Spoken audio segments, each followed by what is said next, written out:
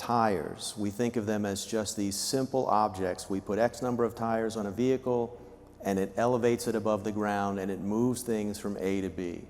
There's a lot of data and technology that are being developed in that sector, including something I'm really excited about, which is taking tires and rather than landfilling them, recycling all of the individual components of a tire so that while it may not be a perfectly closed circular loop, it's getting much closer to a loop than it has been ever in mining. So it's my pleasure to invite Christian Erdélyi of Cal Tire to the stage, who is going to talk with us about the work that they're doing.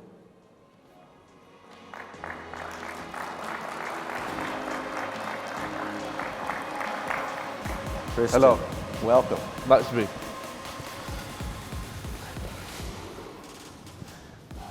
And I'm just going to throw it out there since I already told him. They're nice kicks, aren't they? They are really nice. And he can tell you where he bought them if you want to. Just across the road. All right. So when I think about a tire, right, it's just a tire. Is it? Right? It's just a tire, right? I have a vehicle. I know I need to rotate my tires, balance my tires. One of the challenges that EV drivers are facing is, historically, if you have a combustion engine, you rotate and balance your tires when you get an oil change. In an EV, battery electric vehicle, you don't have oil, you don't need to get an oil change. And so if you look at the number of tires that, for example, the first year, second year Tesla owners had to do to replace them, it's because they just didn't realize until it was too late. So tell me about tires. Tell me what they're made of. Give me a sense of, what is the supply chain by the time Cal Tire has that tire that is going to be installed on a piece of mine equipment? I don't think many people actually understand that. I don't. Okay, good question. So tire is made out of rubber, carbon black, and steel, and it's manufactured in vast places over the world, right? There's prime OEM that manufacture them. There's tier 2, there's tier 3 products. And we, as Cal Tire Mining Tire Group, we look after the really big tires, up to 4 meter high, 4 tons in weight or more. And the supply chain is pretty simple, quote unquote. Other than moving big tires, the supplier mainly works direct with the mining customers to provide them with an allocated tonnage of rubber that they get for their usage. And when tires arrive on mine site, Cal Tire takes possession and manage those tires around our customers' equipment.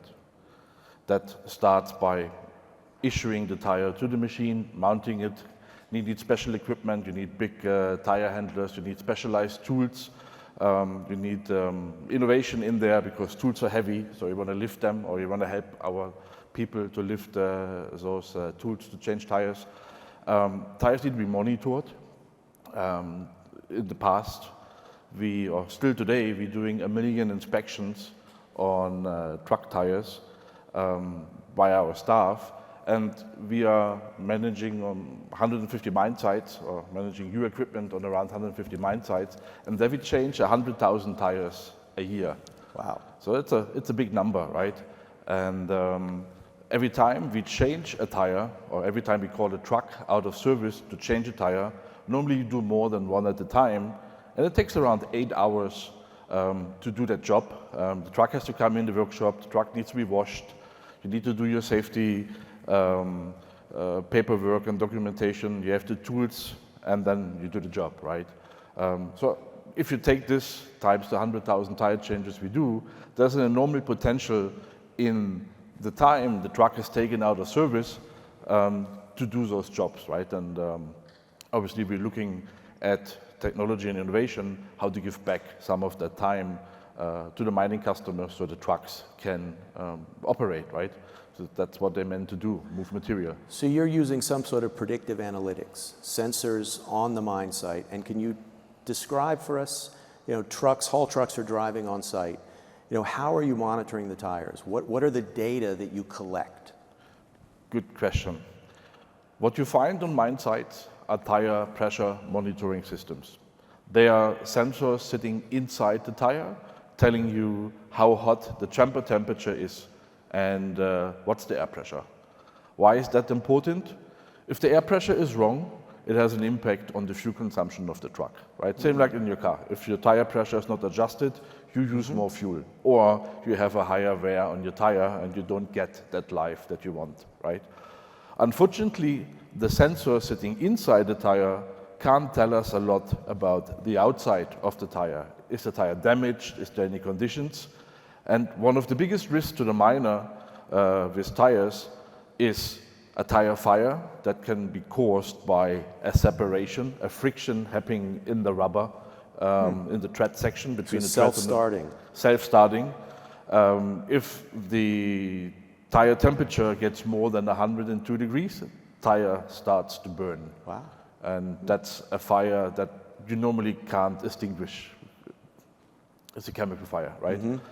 So to mitigate that, we want to see what's the condition outside on the tire. And in the past, we had to use, or we're using our team members on mine sites doing those inspections, as I mentioned, a million.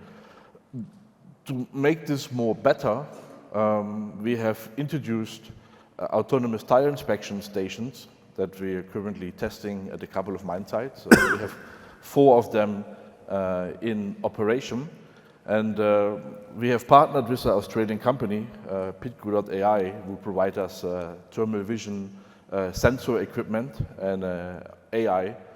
And so those stations are placed on mine sites, and trucks, as the trucks are passing by, we're taking a footage of the truck and sending this to Pitco, and their AI system checks if there's any condition on those tires, and if they find condition, the condition is measured in width and height, and we measure the temperature of the tire, we measure the temperature of the injury in the tire, and we create a set of business rules that align with our customers' needs. And there are basically only 2. One is, I want to be as productive as possible because oil is at $120 a barrel or gold is at $2,000 an ounce. And I don't really care that I give up some of the tire life because the overall productivity pays back for the loss in tire.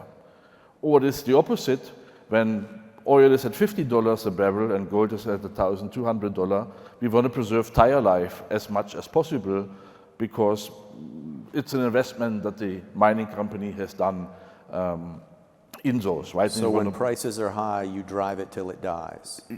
Kind when of. prices are low, you preserve. want to preserve it. You preserve. That's what we see, right? And there is no problem with that if the service of the tire is set to support that, right? And to support this, we figure out a set of rules. Do we want to harvest tires for repair, or do we just want to run them as safe as possible to the end of life?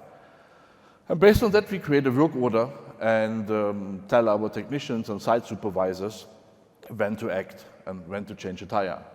And this gets aggregated in our customers' planning cycle, and then we schedule those trucks to come in for tire repairs. So what are the challenges that the mining operators face when dealing with tire issues?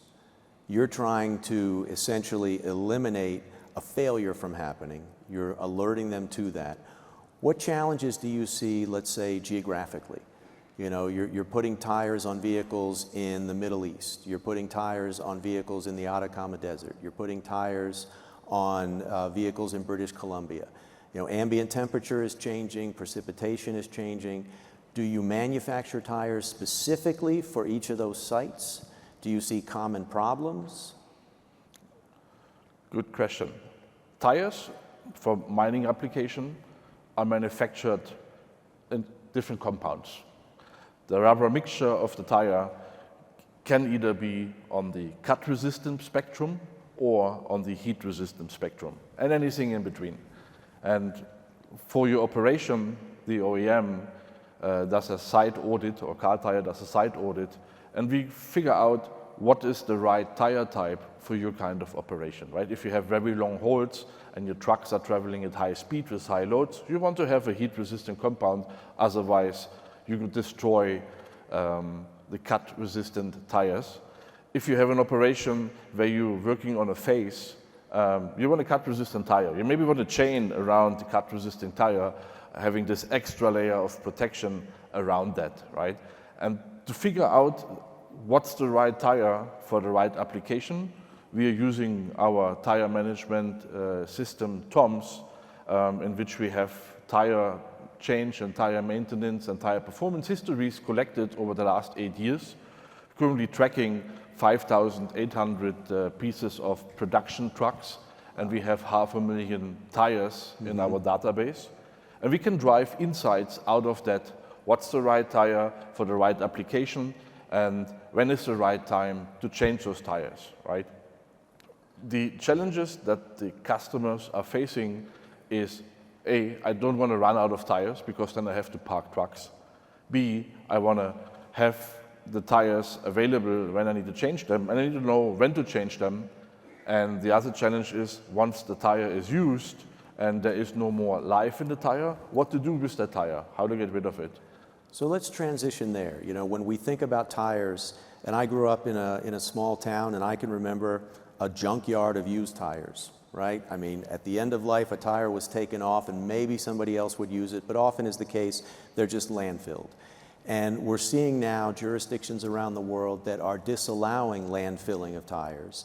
And we're seeing a lot of interest through the lens of ESG to come up with innovative ways to recycle tires. So you gave us a sense of the supply chain to put a tire together. Walk us through what happens when a tire reaches its end of life and that tire is not going to go to a landfill, but it's going to be recycled. How does that process work? And I think Cal Tire, you have developed a first of its kind, state-of-the-art recycling center in Antofagasta. Is that correct? That's right, that's right. I just read an article this morning that describes the problem of tires and landfill, and it states that there is around 4 billion tires floating around today on our globe that needs some sort of a recycling solution, right? Wow. And there are tire recycling solutions around. There's shredding of tires, there's creating of rubber components, playground floors, and stuff like that. The problem is those items eventually will end up in landfill, right? After the rubber floor is used or after the insulation is used, that stuff goes in landfill. And for Cal Tire, it was important to find a solution where the material, where the tire does not end up in landfill, where it goes back into the manufacturing process. So we have built and developed a OTR tire recycling plant that has a capacity of 20 ton, or to recycle 20 ton of OTR tires. To put this in relation, that's about 5 63-inch tires a day. Wow. And so tires are getting moved to this plant. They are chopped in some larger pieces and then processed in a kiln, and it's a pyrolysis process that is reversing the vulcanization of the rubber. And the products that are coming out are carbon black, high tensile steel, synthetic gas, and petrol products similar to diesel. And if you see a tire, that 63-inch tire, 4 meter high, has a weight of 4 tons, the material that comes out is 1,700 kilos of carbon ash. It's 2,000 liters of those petrol products, 350 square meters of synthetic gas, and 900 kilos of high tensile steel.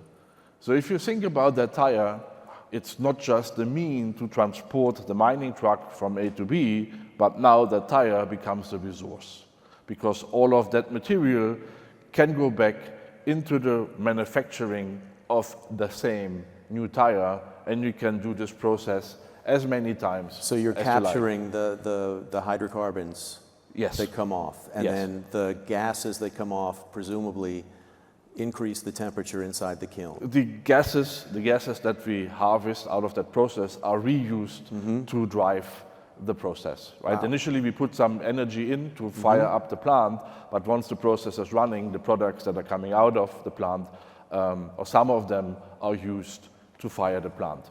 The petro products can be used, for example, to turn into explosives or other stuff. The carbon ash can go back into the tire recycling process, the tire manufacturing process, or into the battery manufacturing process. So why Antofagasta?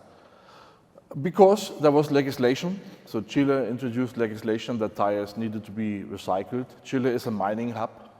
We have a larger presence in Chile. We had a repair and retread plant there. And our customers have asked for a solution to help them to meet the legislation. And so we identified Chile as a good location for the first plant to be set up. So this is first of its kind, and costs are always high when you're building that prototype. Based on Cal Tire's experience putting together this recycling center, you're optimistic it can be duplicated around the world where it needs to be.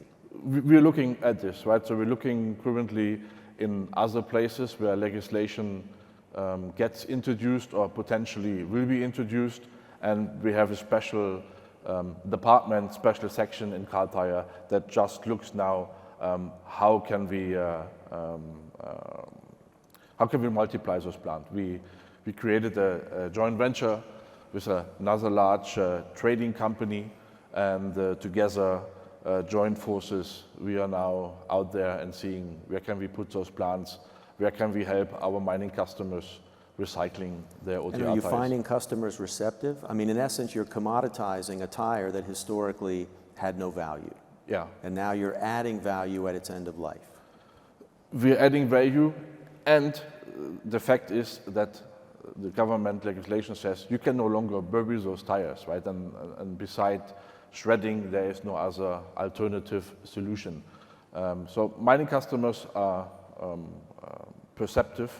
They're happy that this offering is there, and I think, don't quote me, but I think that we already have more tires in the recycling plant yard than this plant is capable to put through. So I think there's already sorts of how can we expand on that, and how can we help to recycle all of those tires that are there.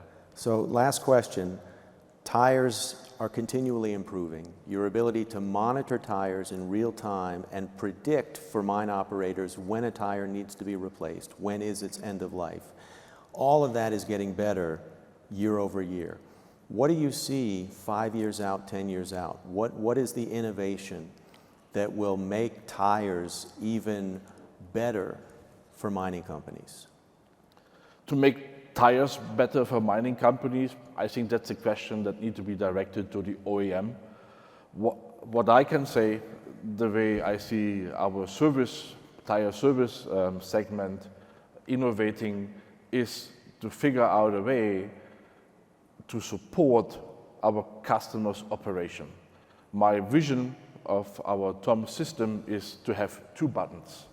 One button that says productivity, one button that says tire life.